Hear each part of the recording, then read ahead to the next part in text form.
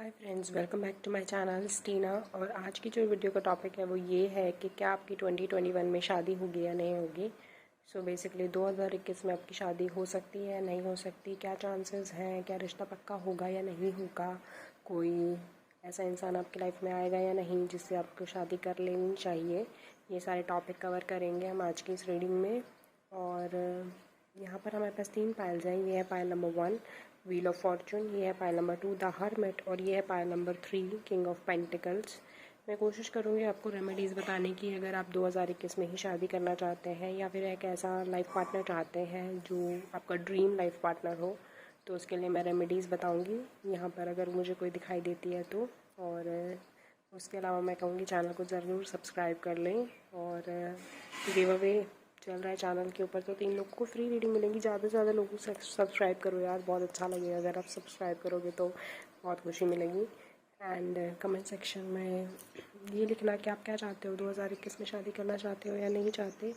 और एक दूसरे को ब्लेसिंग्स देना, मुझे ब्लेसिंग्स देना और सबको ब्लेसिंग्स देना।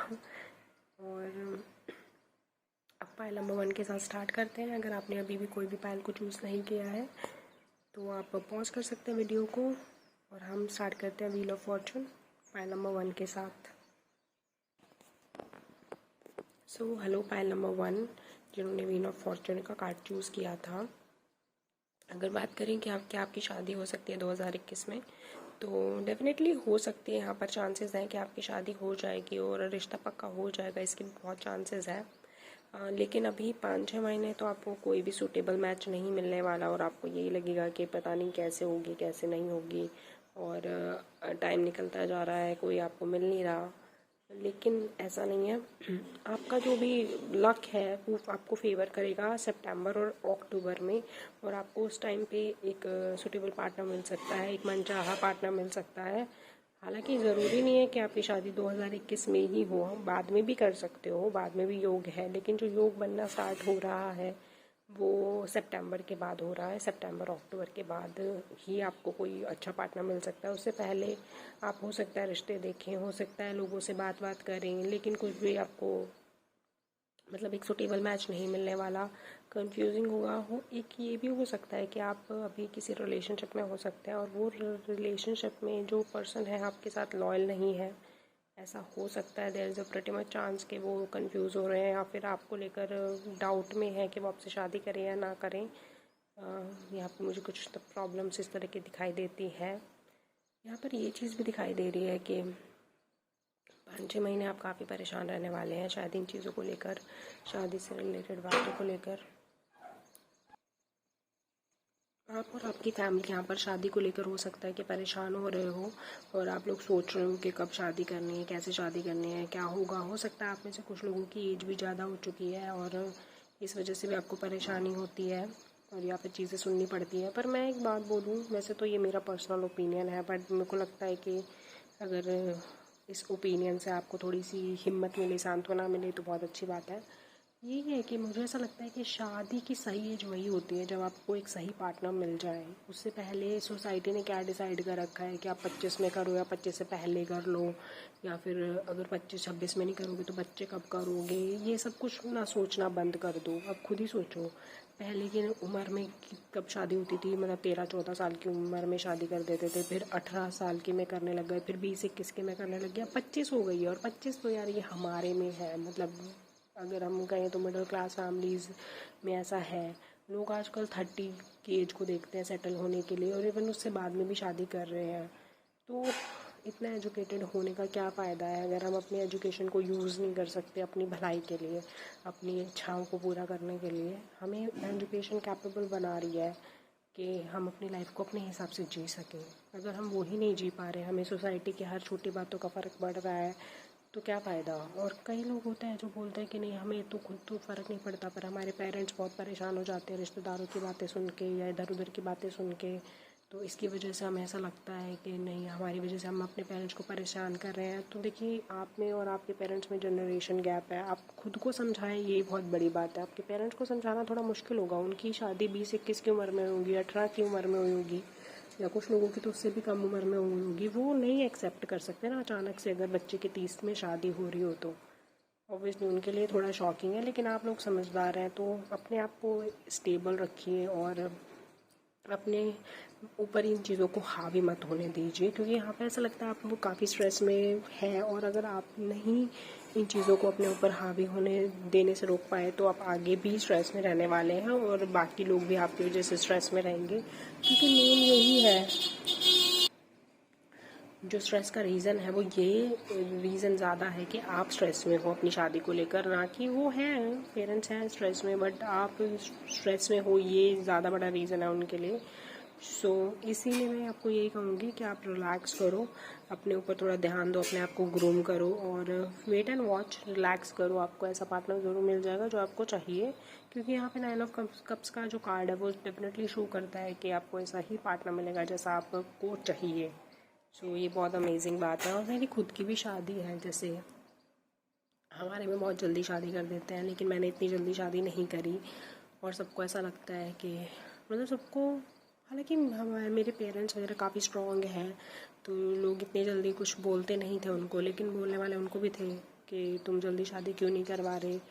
हमारे में तो मतलब सब लड़कियों की ना शादी 20, 22, 24 तक तो सब निपट जाते हैं ना तो इसलिए उनको लगता था कि ओके 25 क्रॉस कर लिया, अब तक शादी क्यों नहीं कराई है, और बहुत कुछ बोलते थे बोलने वाले। लेकिन मुझे कभी इन चीज़ों का बिल्कुल भी फ़र्क नहीं पड़ा, बिकॉज मैं अपने माइंड में बिल्कुल एकदम श्योर थी कि मुझे उसी दिन शादी करनी है जिस दिन मुझे कोई सही पार्टनर मिलेगा, अदरवाइज़ मुझे नहीं करनी।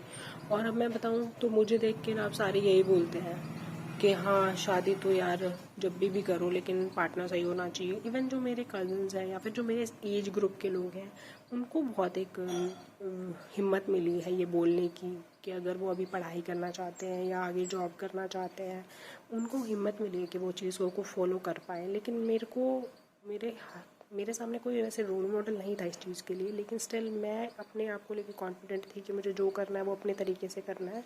मेरे को मेरी लाइफ एक बार मिली है, मैं उसको किसी और को खुश करने के लिए तो मैं नहीं जीने वाली। अगर कोई और मेरी खुशी में खुश होते हैं तो बहुत अच्छी बात है, नहीं तो वो अपनी खुशी अपने आप ढूंढे यार, जहाँ मिलती हो वहाँ उनको मिलेगी। मेरे ज़िंदगी बर्बाद करके किसी को खुशी मिलती होगी तो I am not ready for it. ठीक है, अगर मैं मेंटली प्रिपेयर नहीं हूँ शादी के लिए, अगर मैं मेंटली प्रिपेयर नहीं हूँ बच्चों के लिए, तो मैं ये किसी और की खुशी के लिए नहीं करने वाली। अगर किसी को मैं सेल्फिश लगती हूँ तो लगती रहूँ, ये मेरी लाइफ है और मुझे पूरा हक है उसको अपने तरीके से जीने का। और ये बहुत बातें सबको बोलने की ज़रूरत नहीं है, लेकिन खुद को बोल के आप एक अपने आप को कॉन्फिडेंस दे सकते हो, अपने आप को बूस्ट दे सकते हो कि आपकी लाइफ में क्या आपके लिए ज़्यादा ज़रूरी है। और मैं सच बोल रही हूँ, मैंने अपनी ज़िंदगी को अपने हिसाब से जिया है। हालांकि मैं अपने पेरेंट्स की बहुत रिस्पेक्ट करती हूँ और मैंने उनके जो भी किया है वो उनसे डिस्कस करके ज़रूर किया है, क्योंकि मेरे पेरेंट्स बहुत सपोर्टिव है। लेकिन मुझे आज तक कभी किसी चीज़ का रिग्रेट नहीं हुआ, मुझे कभी ऐसे अफसोस नहीं है कि काश मैं ये करती, काश मैं वो करती। तो ये चीज़ की खुशी मुझे बहुत ज़्यादा है। और बहुत से लोग हैं जो मुझे बोलते हैं कि वो शायद ये कर रहे होते या वो कर रहे होते तो ज़्यादा खुश होते। देखिए, हर एक के पास वो अपॉर्चुनिटी होती है, और अगर पहले आपने वो अपॉर्चुनिटी ग्रैब नहीं करी तो आप आने वाले टाइम में कर सकते हैं। इट्स अप टू यू कि आपको क्या डिसाइड करना है, अपनी लाइफ को किस डायरेक्शन में लेके जाना है। सब कुछ शादी नहीं होती है, और शादी भी एक लाइफ का पार्ट है, उसको एक पार्ट के जैसे ही लेना चाहिए। अपनी इंडिविजुअलिटी, अपनी आइडेंटिटी को कभी नहीं खोना चाहिए। एंड आई होप आपको ये रीडिंग अच्छी लगी होगी। रीडिंग में तो सिंपल सी छोटी मोटी बातें ही करी है मैंने, लेकिन जो मेन बात यहाँ पर करी है वो इसी बारे में है कि आपको अपना कॉन्फिडेंस कैसे रखना है। और अगर बात करें रेमेडीज़ की, तो यहाँ पर ज़ाहिर बात है स्ट्रेस लेवल मुझे दिखाई दे रहा है कि आपका बहुत ज़्यादा इंक्रीज़ हो सकता है या हेल्थ पुअर हो सकती है। तो मैं आपको यही सलाह दूँगी कि आप योगा करो और मेडिटेशन करो, बहुत ज़्यादा आपके लिए अच्छा रहेगा। आप अपने चक्रास को हील कर सकते हैं। मुझे ऐसा लगता है आपका क्राउन चक्रा, आपका हर्ट चक्रा में प्रॉब्लम है तो आप उनको हील कर सकते हो। गाइडेड मेडिटेशन होती है यूट्यूब पे, आप वो वीडियो देखिए, आपको समझ में आ जाएगा कि चक्रास को कैसे हील करना है, और बहुत ही अच्छा हो जाएगा वो आपके लिए। और यही रेमेडी है वैसे मेन, और आप इसी को करिए। 21 डेज़ एटलीस्ट करना है। अगर आप ज़्यादा कंटिन्यू कर सकते हैं तो बहुत अच्छी बात है, आपके लिए बहुत ही अच्छा रहेगा। बल्कि मैं आपको कहूँगी कि आप रोज़ करिए, हर दिन करिए, सुबह उठने के बाद। ना हो ना हो कोई ज़्यादा फ़र्क नहीं पड़ता, लेकिन इसको करो ज़रूर। और 21 डेज़ तो मिनिमम करो ताकि आपको कोई रिज़ल्ट शो हो उसका। And God bless you. I hope आपको जल्दी असर हो इन चीज़ों का और आप खुश रहो अपनी लाइफ में। एंड कमेंट सेक्शन में ज़रूर लिखना। God bless you and have a nice day, और thank you so much for watching this video, और चैनल को ज़रूर सब्सक्राइब कर लेना। Hello pile number 2, the hermit का कार्ड जिन्होंने चूज़ किया है। बात करें आपकी शादी की, क्या वो 2021 में होगी या नहीं, तो मुझे ऐसा लगता है कि चांसेस तो है, लेकिन शायद बात नहीं बन पाएगी। 2021 में आपकी शादी नहीं होगी। और मुझे ये भी लगता है कि हो सकता है कि आप किसी को पसंद करते हैं and you are really want to marry that person, और अगर आप उसी के इंसान के साथ शादी करने की सोच रहे हैं तो प्रॉब्लम होने वाली है, और आपकी शादी इस साल में तो नहीं हो पाएगी, 2021 में तो नहीं हो पाएगी अगर आप लव मैरिज करने की सोच रहे हैं या फिर अपनी पसंद से शादी करने की सोच रहे हैं। क्योंकि यहाँ पे मुझे ऐसा लगता है कि एक तो इस रिश्ते में बड़ी प्रॉब्लम आ रही है, दूसरा ये भी हो सकता है कि पेरेंट्स नहीं मान रहे हो और वो आपको दूसरे रिश्ते दिखा रहे हो, या उस पर्सन को दूसरे रिश्ते दिखा रहे हो। और ये भी हो सकता है कि कोई थर्ड पार्टी हो आप लोगों के बीच में। वो थर्ड पार्टी कोई भी हो सकती है, उनकी फैमिली हो सकती है, आपकी फैमिली हो सकती है, और या फिर कोई अफेयर भी हो सकता है। चांसेस हैं यहाँ पर। और यहाँ पे मुझे आप नहीं लग रही कि आप काइंड ऑफ खुश रह पाओगे उस रिश्ते में, क्योंकि हर तरफ से प्रॉब्लम्स ही दिख रही है। और ऐसा लग रहा है जैसे कि इस रिश्ते में आप अपना बहुत कुछ ऑलरेडी दे चुके हो और देने भी वाले हो, और फिर एक पॉइंट आएगा जब आप बिल्कुल अकेले पड़ जाओगे और आपको नहीं समझ में आएगा कि आपको क्या करना और क्या नहीं करना। एक चीज़ ज़रूर है, ये इंसान आपको ऐसे शो करते हैं that you are very beautiful, you are everything for them, लेकिन जब स्टैंड लेने की बारी आएगी तो ये स्टैंड नहीं लेंगे। शायद ये पहले भी नहीं लेते हैं और आने वाले टाइम में भी नहीं लेने वाले। हो सकता है अपनी फैमिली को चूज़ कर ले, हो सकता है ये बाकी चीज़ों को ज़्यादा प्रायोरिटी दें। तो मैं आपको यही कहूँगी कि आप इस चीज़ को लेकर सावधान रहो। और अगर आप सिंगल हैं टोटली और आपकी लाइफ में कोई भी नहीं है और आपको अरेंज मैरिज करनी है सिंपल सी, तो इस साल में डेफिनेटली आप बहुत सारे रिश्ते देखने वाले हैं। चीज़ें होंगी, बातें भी होंगी, लेकिन कोई बात ऐसे बनती हुई नहीं दिखाई दे रही। मतलब उसका मतलब ये नहीं है कि आपको टेंशन लेने की ज़रूरत है। इस साल नहीं तो अगले साल आपकी शादी हो जाएगी। मैंने एक दूसरी वीडियो भी डाल रखी है 2022 में शादी होगी या नहीं, आप वो देख सकते हैं।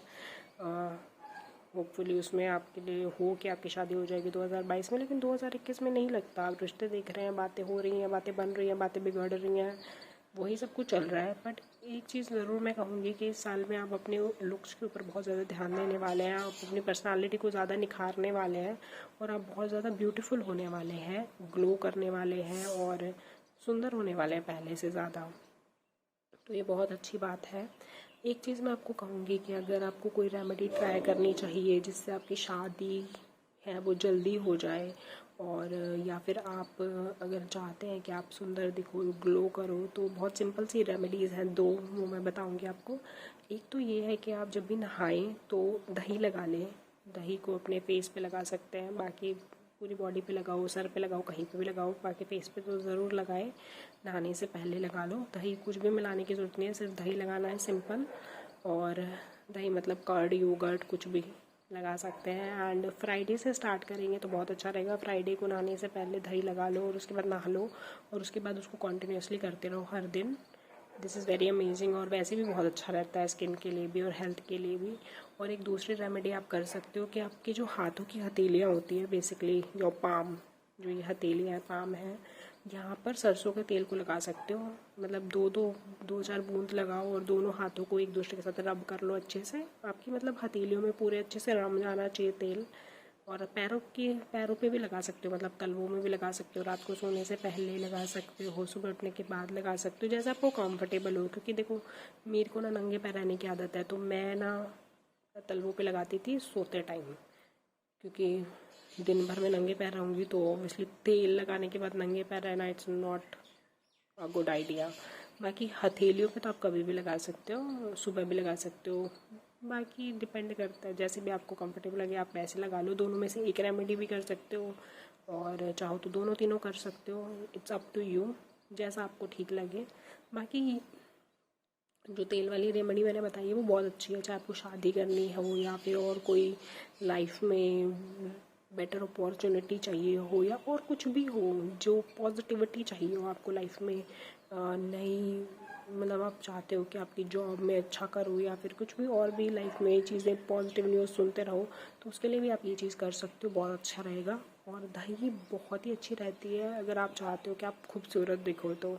And trust me, try this. लोग आपको कॉम्प्लीमेंट देने वाले हैं कि आप ग्लो कर रहे हो। और